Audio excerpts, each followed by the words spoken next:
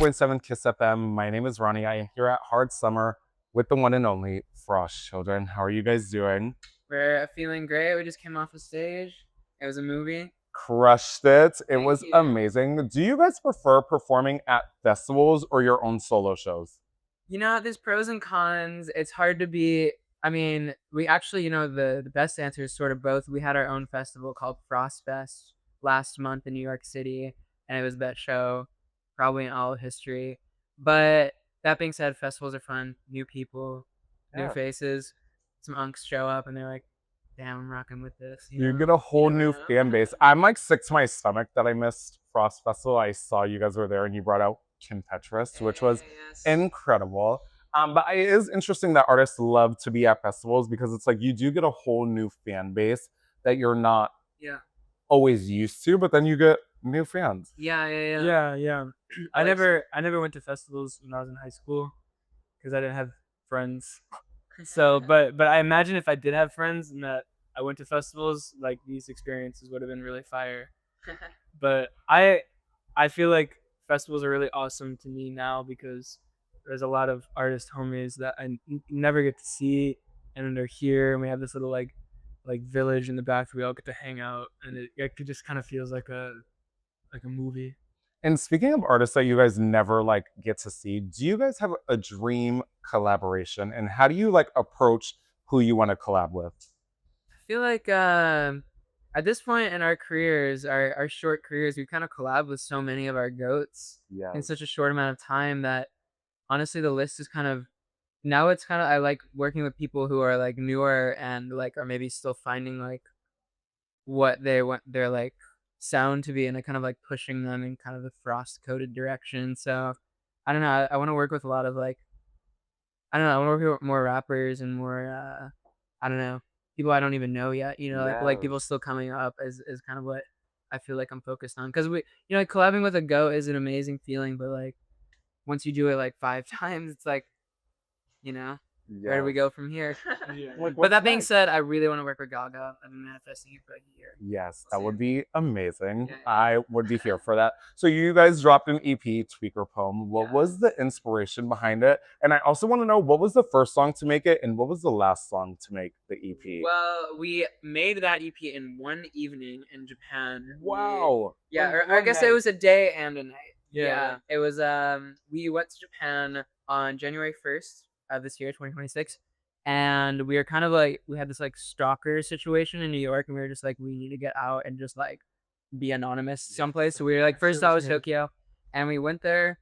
We just kind of locked in and we are like what if we just like made as many songs as possible and rented out the studio all day all night. And so we made Tweaker Poem and it's literally like from start to finish. That's like the order that we made the songs in. Wow. And so Satellites was the first one and then it sort of goes up in tempo and then it kind of gets chill and then at the end it's just kind of like exponentially longer. That's just I don't know, it's like mapping our brain that night or something. Yeah. What do you feel like gets you guys in the creative process? Like, what is your routine that helps you to write, helps you to produce? How does that all work for you guys? We have like this set that we've made of like personal candles that we've gathered over the years. Oh, wow. We have like 10 or 11 now, and it's like in this like case, like a case that we haven't shown anyone.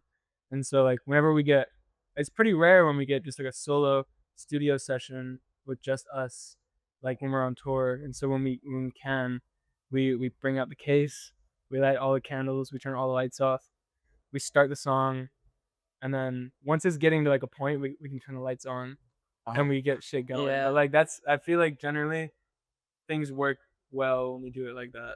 Yes, I love that. Okay, we brought up Kim Petras earlier. I love her. One of my close friends. Shouts out the goat. Yes, and you guys produced her album Detour.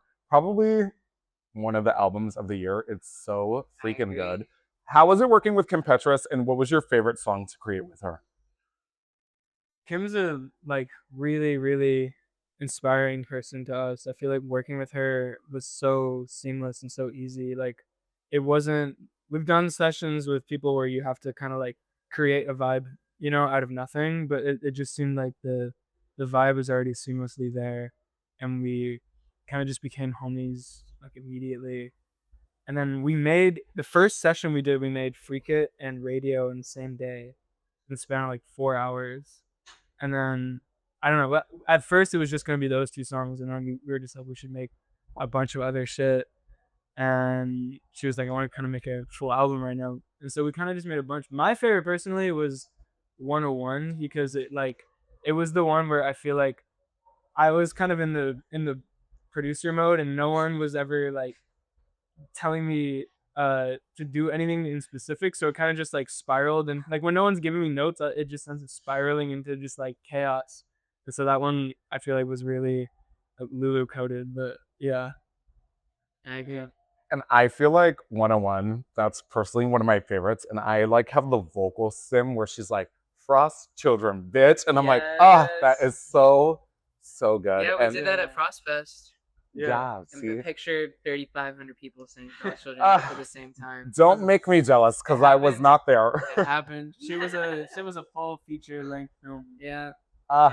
I wish I was there. Well, what is next for you guys? Obviously, you dropped your EP. You're here at Hard Summer. What are you guys working on next? We're always making stuff. We made a bunch of music with all of the people on the Frostfest lineup, like a mixtape of sorts.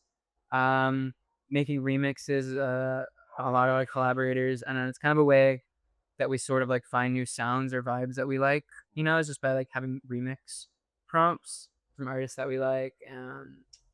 But yeah, I don't know. We're slowly starting the vibes for the new album. We kind of have like a shape drawn of it, and now we just kind of want to like fill it in and like feel where it like sits. So we're not in like a super rush. We're kind of just like we're exploring the vibes. Yeah, taking your time. Are we gonna get a Frostfest LA?